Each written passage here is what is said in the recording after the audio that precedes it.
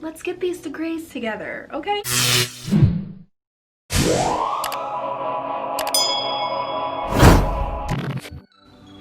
Hey guys, welcome back to my channel. My name is Chelsea. If you're new, I'm a clinical psychology doctoral student and I'll be entering the third year of my program next week.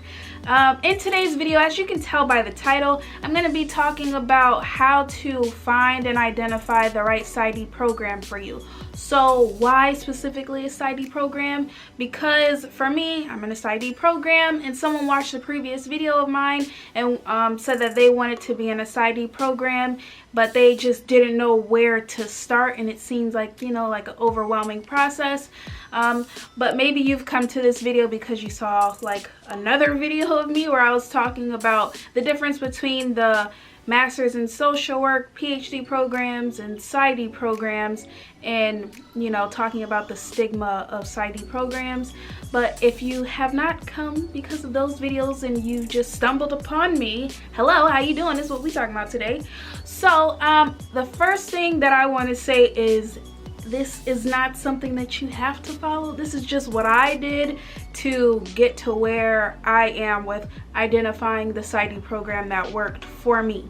So with that being said, let's get into the tips that I have. Okay, so first, I think it's very important to know what you want to do in your career and what your career goals and clinical interests are. So if you're going to be going into a doctoral program, you should at least be able to say, this is what I would like to do with the degree. So that would be the first thing that I would say. Find out what your clinical interests are.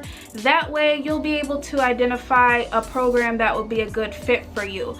So if you know that you want to work with, let's say, adults for, you know, a wide range of ages, you'll probably want to look for a program that is, you know, catering to the adult population, like a general type of track that they offer, which I'll go into a little bit more later. So identify what it is that you want to do in your career, what kind of disorders or population you would like to work with, and then try to find programs that will be a good fit for you and provide you with the courses and experience that you need to, you know, meet your career goal. So after you've identified your clinical interests and what you want to do with your career, I think it's important to think about what population and setting you want to work in. So for me, I know the population that I'm interested in working with are young adults. So from ages 18 to about 35-ish. That's just the desired age range that I would like to work in.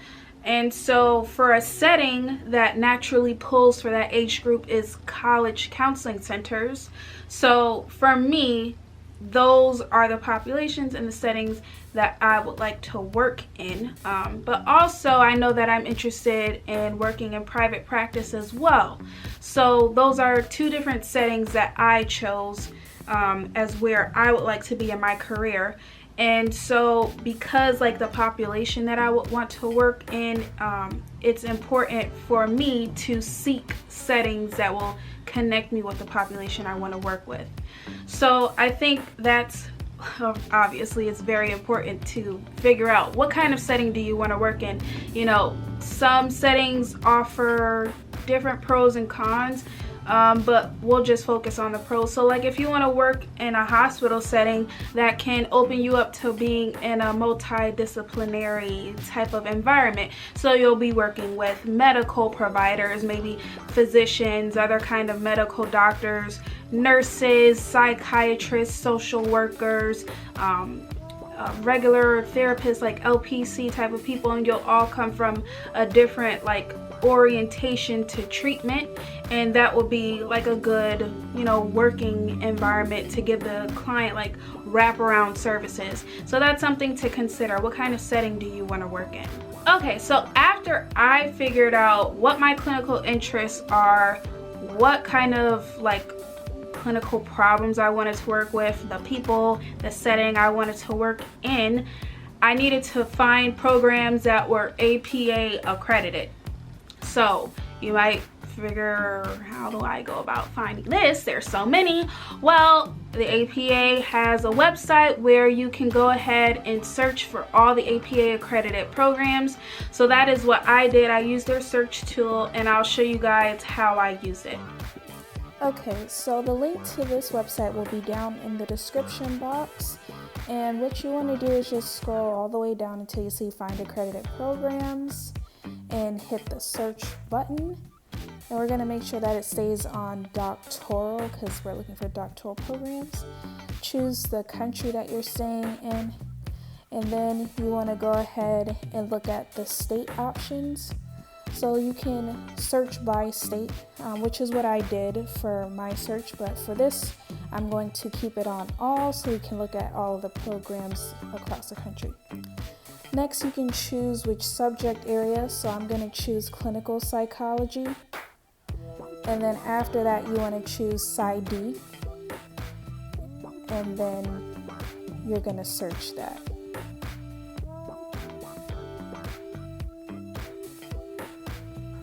What's important on this page is how it tells you the departments, the name of the school, which state it's in, the city it's in, its accreditation status, and allows you to choose which ones you want to compare. So this is what I did in my process. So I'll show you, I'll just pick my school and one of the other schools that I did compare, and then we'll see how they line up.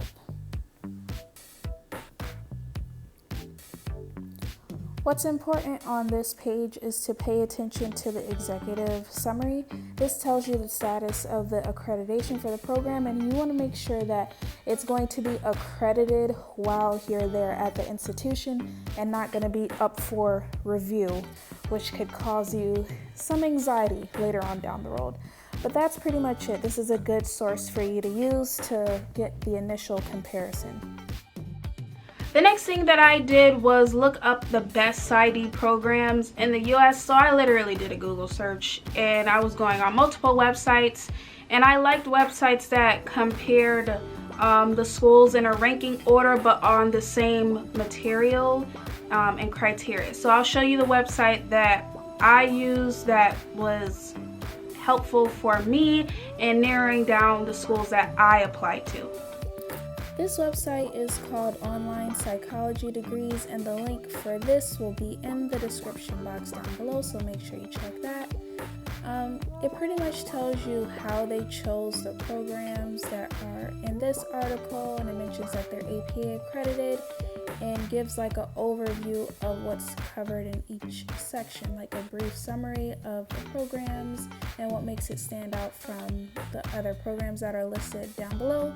It mentions like the instructional model that these programs use. So here's the first one, Baylor University, and it shows the same thing in each section. But here you can see like they have a summary of the program and whatnot. So I'm just going to scroll down so you guys can see what it looks like. And this is in decreasing rate for the people who got licensed after graduating. So this is my school, and it shows that we have a 97% rate of graduates getting a license after graduating.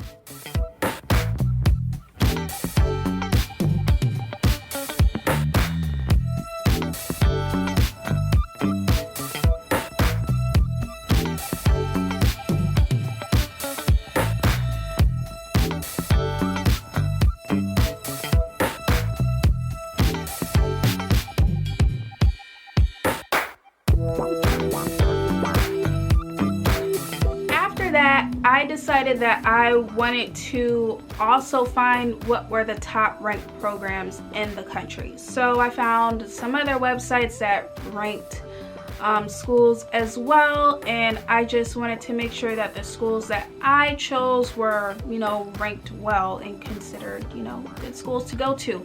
So after I did that, the next thing that I did was I went down the list of all the schools that I had, and I went through their websites, and I was looking for things like what kind of courses do they offer, what is their mission statement, what's important to them. I wanted to know what values that the program had, what kind of tracks did they have to offer. So for me, multiculturalism and diversity was important for me, and I saw that that was also important for the school that I was applying to, so that moved them higher up on my list, even though they were already at the top. So I wanted to find a program that values aligned it with mine and what they place their importance on. So I feel like that's important for you to take into consideration as well. Also, I knew that I wanted to be in a program that would offer me a generalist approach in the coursework. And that's because I want to be able to work with a wide range of people for a wide range of issues. So a generalist approach is better for me. However, there are programs that offer multiple tracks. There's a health psychology track. There's a geriatric track where you can work with or focus your coursework will focus on the older adult population, or maybe child and adolescent, or neuropsychology. So there's a lot of different tracks and focuses for your coursework that you can look for in programs to see. Once you have your interests identified, like say you're interested in doing neuropsychology, you want to find a program that has a track that focuses specifically on neuropsychology. So that would mean you have more courses within that field topic that you would have to take if you're in that track. So Baylor is a school that has a neuropsychology track, and that's what they highlight as, important on their page. So if neuropsychology is what you're interested in, then that will be a good school for you to consider. I also wanted to pay attention to what the faculty looked like, because diversity was important to me. I wanted to see, they said it was important to them in their mission statement, but I also wanted to see if it was in their actions as well, for their faculty. So I wanted to see what the diversity was. I wanted to know what the faculty's research interests were and clinical interests on their bios, to see if it aligned with mine, because they also want to see if students are coming in with similar interests or research interests as well. And you want to think about your dissertation as well. Who can be a good fit for your chair? So that's what I did. When I was looking at the program, I had identified a faculty member who shared similar research interests as me, and when I was interviewed, I spoke with them and I said, I noticed you have similar research interests to mine, and I spoke with some ideas that I had, and it was a good impression. But also he was already a teacher of mine, and so he knew my work, and so it was just crafted by God for me to be here. So that's important for you to consider. What does the faculty look like? What are their research interests? What are their clinical interests? So when you're thinking about your career goals and things that you want to do, you also want to keep in mind if the program is going to be able to offer you the experience you need to get to those goals. So it's like building a resume. If you want to do academia, you want to be a professor, you want to make sure that you'll be able to get a teaching assistantship when you're in your program. So if that's important to you, looking to see if they offer teaching assistantships, research assistantships, stuff like that, and what period in the program you can apply for that, if that's important for you. So for me, I know that I want to do academia eventually, so a teaching assistantship is offered at my program, and that was another thing that I could check off the box of something that would help me build the experience that I need to meet my career goals. The next thing that I looked at were the courses that were offered in each program. So I love school. I like reading and learning, so I wanted to see what kind of courses I would take and if they piqued my interest. So that was very important for me. I looked through all the credit requirements and identified all the classes that were there just to see if I would find enjoyment with the things that I will be learning at the school. After that, I looked at the dissertation and qualifying exam requirements, going through the handbooks that they have, and I wanted to see what kind of thing I would have to do for a dissertation, because at this time I was I really don't want to do research, and it seems overwhelming to do a dissertation, so I wanted to know what will be required of me. And so for my program, I like that you could do almost anything for a dissertation. So you could do like a meta-analysis where you review a whole bunch of research. Essentially it's like a big literature review. So you could do that. You could create your own research study, like, you know, the traditional route. You could do like a guidebook for a certain population, like considerations for like a group therapy model for people who have bipolar disorder. Like, you could create a program, you could create a book, like say for parents who have a child with autism. I have a classmate whose dissertation is going to be on like creating an app for people with a certain disorder. So you could do a lot of different things for your dissertation at my program. So that was a big yes for me, knowing that I didn't have to do, you know, the traditional research route, even though that's what I ended up doing. But you know, it's neither here nor there. It made me feel good that I had many options, right? And so I also looked at the requirements for the qualifying exam, and that wasn't bad for me. Compared to other programs, I'm happy with the approach that they take at my school. So for qualifying exams, I was able to share that experience with you guys. And you know, if you're not new to the channel, then you know how that went for me. It was very stressful for me, not for everybody, but just go through the little playlist, the JourneyToPsyD playlist, and you'll be able to see what the qualifying exam process is like for me at my school and how it went for me. And you know, maybe you will find some kind of entertainment in my pain that I had a few months ago. So that's something that you guys should keep in mind. What are the requirements of you in the program, specifically your qualifying exam, something that you have to pass. I think it's for the first or the second year of programs, and it can vary, but you have to pass that in order to continue on in the rest of the program. So that's a big milestone. And then your dissertation, you want to know like what is required of you for that.